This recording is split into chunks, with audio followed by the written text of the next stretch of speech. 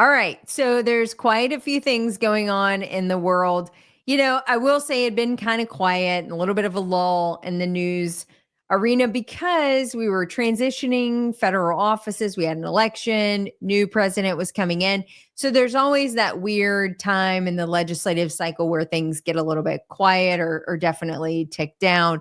But we're back full force. Activities are happening pretty consistently on a daily basis now. Let's talk non-politics first, and then we'll get a little bit into the politics. So first is, we've talked about this a couple of times on a few previous episodes. There is a settlement out there for Visa and Mastercard, somewhere in the ballpark of $5.5 to $6.2 billion of payments that are going to be issued primarily to small businesses for what was deemed by a court to be some fraudulent upcharging of merchant services fees, processing fees, etc.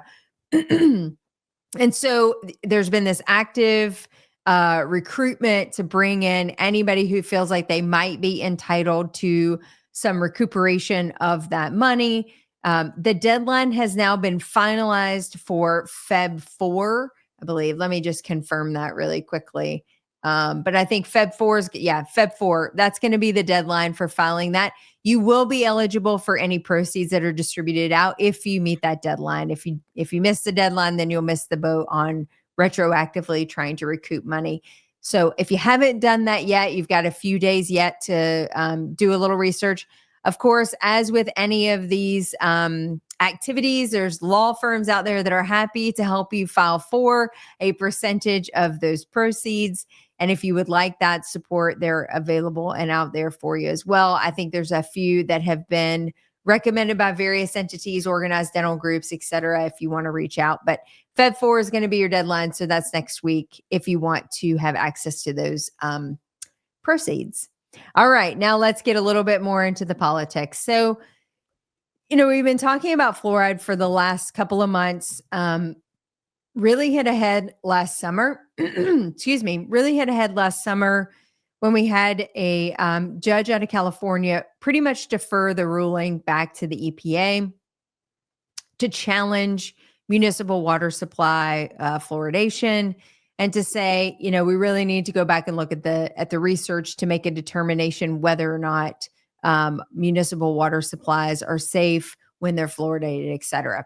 Well, it hit news again this week. As you may or may not know, Robert Kennedy Jr. is up for confirmation in the Senate for Secretary of Health and Human Services. And of course, one of his campaign talking points was fluoride in municipal water sources and the general concern of low IQ and mental IQ issues that might be associated with overfluoridated populations. And JAMA published an article just recently citing a meta-analysis study that had been completed that was suggesting that additional research is warranted. They looked at other countries and water supply sources, overfluoridation in some areas, underfluoridation in others, to try to make some determination. And at least some correlation was noted, no causality. And there certainly was a lot of holes in the study. So I think additional research is going to be required in order for us to continue to make sure that the science is sound. The ADA and most other organized dental groups continues to support municipal water fluoridation programs. And the study did validate at the level that is recommended by the ADA, there was no correlation with mental retardation at that particular level. My only challenge to all of these stories and my only challenge to the data that currently exists, particularly in the United States, is the trickle down and overfluoridation of application procedures that we're seeing for kids. And I think that's going to be a much harder thing for us to quantify. For instance, if Pepsi Cola is making all of their soda using a municipal water supply source to make that soda, how much trickle down fluoride is coming through that particular company in juices and sodas and vitamin waters and et cetera? If the source is municipal water, we have fluoridation. If the pediatricians are now doing fluoride varnish and the dentists and the pediatric dentists are doing fluoride varnish. What's the recommended total dosage for a pediatric patient over the course of a year if everybody is now billing those services and treating patients that way? So I don't have an issue with fluoride in and of itself. It's now in so much of the things we consume.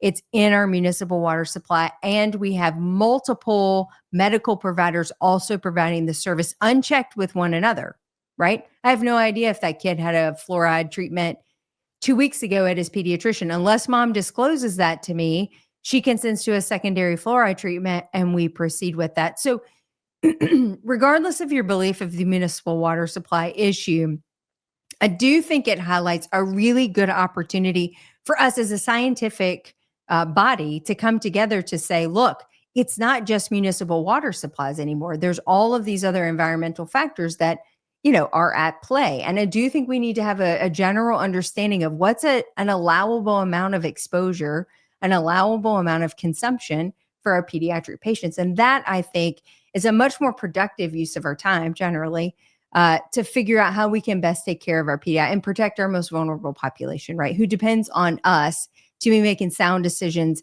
based on science. That's my soapbox on fluoride. The last topic we'll talk about tonight is a real recent news story. In fact, as of yesterday, when Trump put an injunction in on all spending for federal programs and a variety of different programs to sort of stop this check writing mechanism that was in place. And I think in fairness to a new administration to basically kind of have a hot level reset to say, hang on, I want to make sure that the things that are walking out are in alignment with the beliefs that we have and what we were elected for. So I can respect that. And I think Biden would have done the same thing to make sure that if funding was going out for programs that were in direct conflict with what Biden was elected for, I think he would have considered the same thing.